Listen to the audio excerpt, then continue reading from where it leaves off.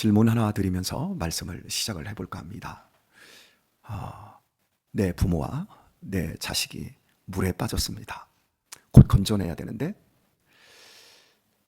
아버지로서 누구를 건져내야 합니까? 둘은 다 살릴 수 없습니다.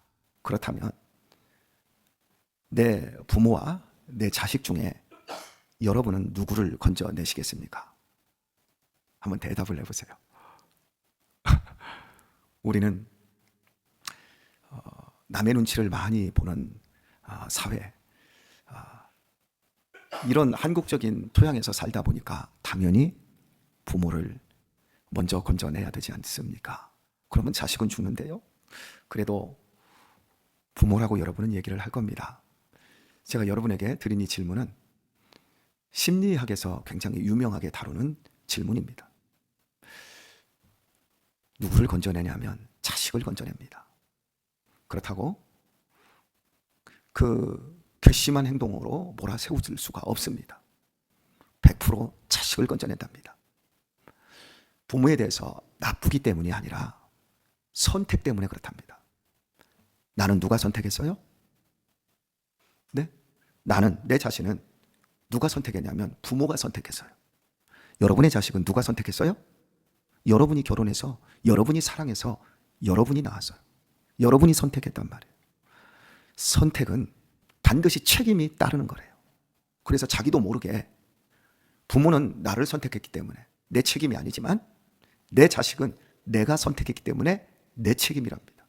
그래서 그 책임 때문에 자식을 건져낸다 그럽니다. 이렇게 선택과 책임은 함께 가는 겁니다.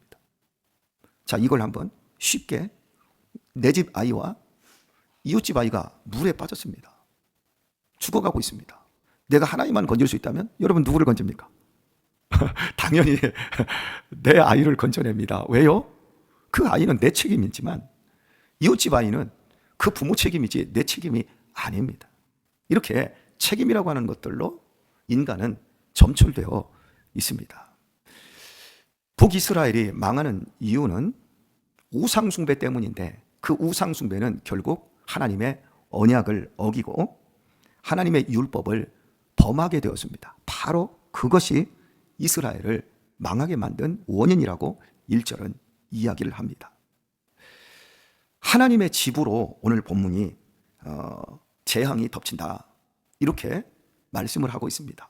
하나님의 집, 여호와의 집, 이것은 히브리 단어로 벳엘입니다. 벳엘, 여기가 하나님의 집이다. 여기가 하나님의 기둥이 있는 집이다.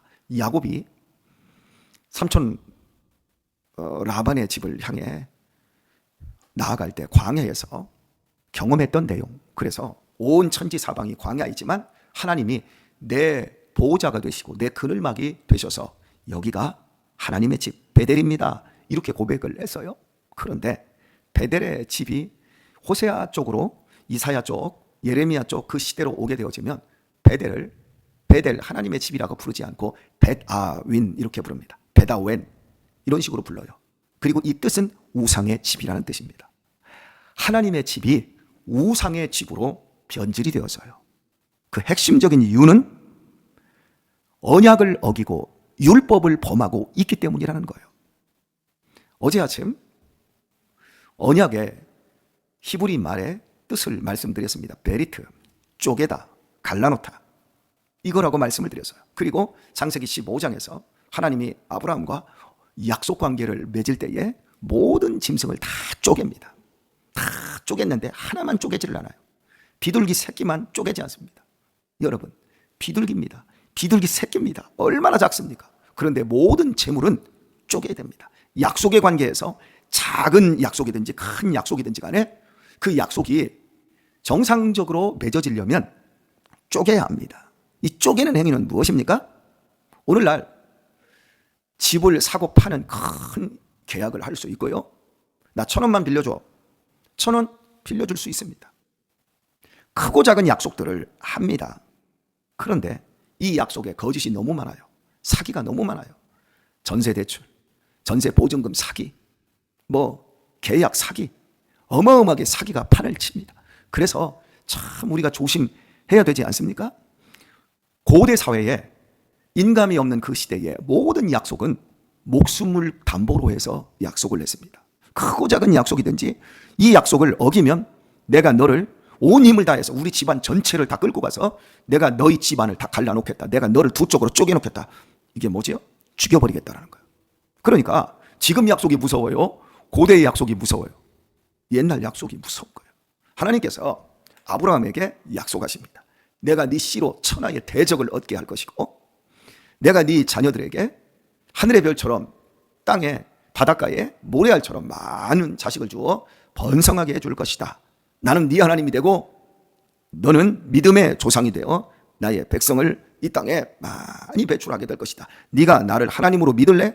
나는 너를 내 백성으로 믿어줄게. 우리 약속할래? 아브라함이 예 좋습니다. 약속을 했어요. 그리고 모든 재물을 쪼개놨는데 비둘기 새끼의 재물은 안 쪼갰어요. 그랬더니 하나님께서 안 오세요. 아침부터 제단의 재물을 쪼개서 올려놨는데 안 와요. 솔개만 와가지고 그걸 다 채가려고 해요. 그래서 종일 솔개를 쫓다가 저녁 때가 되어 겨우 이제 횃불이 오는데 이 의미는 무엇입니까? 아무리 작은 약속이라도 목숨을 걸고 하라는 거예요. 그래서 비둘기 새끼도 쪼개라는 거예요. 하나님께서 우리들과 맺은 약속은 목숨을 거신 거예요. 그래서 그 아들의 목숨을 십자가 위에 하나님이 바치지 않습니까? 그리고 그 아들의 피값으로 우리를 구원하시지 않습니까? 우리가 예수님을 믿을 때 예수님을 믿는다라고 하는 것, 그거의 대표적인 것은 율법의 강령이 뭡니까? 라고 물어요. 마음을 다하고 뜻을 다하고 힘을 다하여 목숨을 다하여 주 너희 하나님을 사랑하는 것이다. 여러분, 하나님 믿습니다 해놓고 일이 안 풀리니까 하나님 안 믿습니다 하고 떠나는 게 그런 게 믿음이 아니고, 하나님 믿습니다. 나는 하나님께 내 목숨을 맡겼고 내 운명을 맡겼고 내 가정을 다 맡겼습니다. 내가 선택함과 동시에 나한테 무시무시한 내 존재의 책임이 오는 거예요. 그런데 오늘 우리 시대의 사람들이 믿음 생활을 하면서 선택은 했는데 책임이 없어요. 내 자식을 낳아놓고 책임을 지기 위해서 부모를 포기하는 것이 인간의 본성인데, 내 목숨을 하나님께 맡기고 내 영원한 생명 하나님이 책임져 주심을 믿습니다, 십자가를 믿습니다 라고 해놓고 책임이 없는 세대, 그것은 믿음 아닙니다. 그 믿음은 본인의 영혼을 책임질 수가 없습니다. 얼마나 많은 사람들이 믿음 생활에 있어서 하나님의 언약을 어기는지 몰라요. 쪼개어진다니까요. 쪼개어진다고요. 죽는다고요. 토라, 율법은 작게는 10계명이고 크게는 구약성경 전체라고 여러분에게 말씀을 드렸어요. 그리고 우리는 성경 전체를 하나님의 토라의 기준에서 보게 되어집니다. 우리는 하나님을 본 사람이 없어요. 우리는 하나님의 음성을 듣고 교회를 온 사람이 없어요. 그렇다면 우리는 하나님을 무엇으로 어떻게 믿습니까? 하나님의 말씀, 이 토라로 믿습니다. 하나님의 말씀을 우리가 소홀히 여기고 믿지 않고 이 말씀에 순종하지 않는다면 우리는 율법을 범하는 겁니다. 우리의 믿음에 있어서 허위가 없어야 될 것입니다. 우리의 믿음은 그 어떤 것보다도 무거워야 되고, 우리의 믿음은 우리의 삶에 있어서 첫 번째 자리에 있어야 합니다. 목숨을 걸고 믿음 생활하는 사람, 그 사람은 하나님께서 이미 아들의 목숨으로 우리를 구원하여 주신 그 은혜의 삶을 풍성하게 누릴 수가 있게 되어집니다. 우리 예수님을 목숨 걸고 믿도록 하십시다. 우리 예수님을 목숨 걸고 사랑하도록 하십시다. 이것까지는 참 아멘이 쉽지만 우리 목숨 걸고 교회를 사랑하도록 하십시다. 실제 목숨 걸은 모습으로 우리 교회를 섬기도록 하십시다. 이것도 아멘이 커져야 됩니다. 실제로 더 구체적이 되어야 합니다. 왜냐하면 보여지는 것은 우리 예수님께서 이 교회는 내 몸이다, 내가 이 교회의 머리다, 내가 핏값으로 샀다, 그러니까 우리는 죽도록 이 교회를 향하여 충성해야 된다. 그런데 어디 그럽니까? 우리의 자존심 세우고 우리의 기분, 우리가 믿음 생활에 있어서 가짜같이 신앙생활을 하면 우리의 인생은 가짜처럼 쪼개집니다. 진짜 쪼개지는 건 하나님의 말씀으로 쪼개지는 겁니다. 하나님의 말씀으로 내 가치관, 내가 살아왔던 인생의 어떤 방향, 이런 것들이 쪼개져서 나는 이제부터 내 첫 번째 자리에 교회가 있습니다. 나는 교회를 섬기는 일에 절대 힘을 다 쓰겠습니다. 내가 힘을 분산해서 쓴다면 교회의 첫 번째로 쓰겠습니다. 내 회사 생활이 있고, 내 교회 생활이 있고, 내 가정 생활이 있어도 내 첫 번째 자리는 교회 생활에 두겠습니다. 여러분, 이 정도는 우리의 삶에 있어야 돼요. 지난 주일 밤에 전화 한 통을 받았습니다. 여기 안양 아파트 관리소장님이 저에게 전화를 해서, 목사님, 지하실에 목사님 교회로 들어가는 상수도관에서 물이 새고 있습니다. 예, 알겠습니다. 좀 조치를 하죠. 해서 제가 우리 이석봉 집사님에게 전화를 드렸어요. 그랬더니 이번 주 내내 바빠서 참 힘이 들지만 제가 토요일에 시간을 내서 좀 수리를 하겠습니다. 배관 교체라든지 배관을 용접하는 이런 거 한번 하려면 대공사예요. 그래서 제가 관리소장에게 이러해서 토요일에 우리가 진행을 해야 될 것 같습니다. 그때까지만 참아 주십시오. 그리고 나서 용접기가 우리 수양관에 있습니다. 그래서 김동철 장로님에게 바쁘시더라도 시간 되실 때 용접기를 교회에다 좀 가져다 주십시오. 그랬습니다. 그랬더니 알겠습니다. 가야지요. 시간을 내서라도 가야지요. 예, 용접기는 월요일 날 도착을 했습니다. 그리고 토요일 날까지 기다릴 줄 알았는데 월요일 날 저녁에 한밤중 8시, 9시 이 무렵 돼서 우리 이석봉 집사님이 목사님 다 했습니다 그러더라고요. 본인 6시에 퇴근해서 여기로 달려와서 밥도 못 먹고 그 용접을 다 해놓은 거예요. 제가 그 얘기를 들으면서 얼마나 고맙고 감사한지. 아니 밥도 못 먹고 그랬더니 집에서 지금 우리 아내가 기다려요. 집에 가서 이제 밥 먹으면 돼요. 그 시간이 9시요. 참 고마웁니다. 그리고 나서 화요일 날 또 왔어요. 또 와서 다 보온 막에 다 싸고 다 단도리를 마무리를 다 했어요. 그 밤도 9시요. 여러분 얼마나 피곤하겠어요. 얼마나 그 귀찮은 일입니까? 돈이 나오는 일도 아닌데. 그런데 당연히 해야 될 일이지요. 여러분, 우리 이석봉 집사님 같은 분들은 교회를 정말 너무 아끼고 사랑해요. 참 감사하죠. 교회의 일꾼은 목숨을 걸어야 돼요. 목숨 걸지 않고 그냥 뜨내기처럼 말만 가지고 이러면 어때요? 저러면 어때요? 이건 어떻고 저건 참 부족함. 항상 부족함을 이야기하기보다 부족함을 채우는 사람이 더 해야 되는데 부족함을 이야기로만 끝내면 목숨 건 게 아닐 수 있어요. 목사도 마찬가지예요. 여러분은 제가 목회를 하는 게 설렁설렁하게 보일지 몰라도 저는 제 젊음 21년을 여기다 다 쏟았어요. 제 첫 번째 순위는 교회였습니다. 물론 모든 목사님들에게 첫 번째 순위는 교회일 겁니다. 저는 제 삶을 아낌없이 쏟아붓고 있고 또 그 안에서 하나님이 주시는 은혜를 만족하게 누리며 살고 있습니다. 여러분, 심은 대로 거둡니다. 갈라디아서 6장에서 우리가 무엇이든지 심는 대로 거둔다 그러십니다. 육체의 소욕, 육체를 위해서 심으면 육체의 소욕을 얻고요. 우리가 영을 위하여 심으면 성령 안에서 아름다운 열매 맺게 되어 있습니다. 심는 대로 거둡니다. 우리 무엇을 심어야 될까요? 하나님이 목숨 걸고 쪼개놓은 우리의 내면에 있는 음란하고 더럽고 추악하고 세상적이고 정욕적이고 마귀적인 것들을 쪼개서 우리로 하여금 예수 그리스도를 구주로 믿게 하신 그대로 우리 역시 예수님을, 보여지는 예수님의 교회를 목숨을 다하여 섬길 수 있었으면 좋겠습니다. 오늘의 말씀을 맺도록 하죠. 이곳은 하나님의 집 맞습니까? 우리가 섬기는 이 교회는 이 땅에 하나님의 집을 보여주고 있는 대사관과 같은 모습 맞다고 여러분 믿습니까? 그러면 여러분, 이 집이 절대 배다웬이 되지 않도록, 우상의 집이 되지 않도록 우리 목숨을 다하도록 하십시다. 우상을 섬기는 사람들은요, 목숨을 다하지 않고 돈과 정성만 바칩니다. 돈과 정성을 바쳐서 자기들이 원하는 세상적이고 욕망적인 이런 것들을 얻어내는 것의 혈안입니다. 그러나 우리는 목숨을 바쳐서 실제로 우리의 전 인생을 하나님 앞에 드리는 것, 그것이 신앙생활입니다. 이 사람의 행복은 다윗이 이렇게 고백했습니다. 여호와는 나의 목자시니 내가 부족함이 없으리로다. 그가 나를 푸른 초장에 누이시며 쉴만한 물가로 인도하시는도다. 가장 끝에 6절에서 오늘 본문의 말씀의 핵심이 나옵니다. 나의 평생의 선하심과 인자하심이 정녕 나를 따르리니 내가 누구의 집에 영원히 거하리로다? 여호와의 집에 영원히. 다윗은 목숨을 걸었던 사람이에요.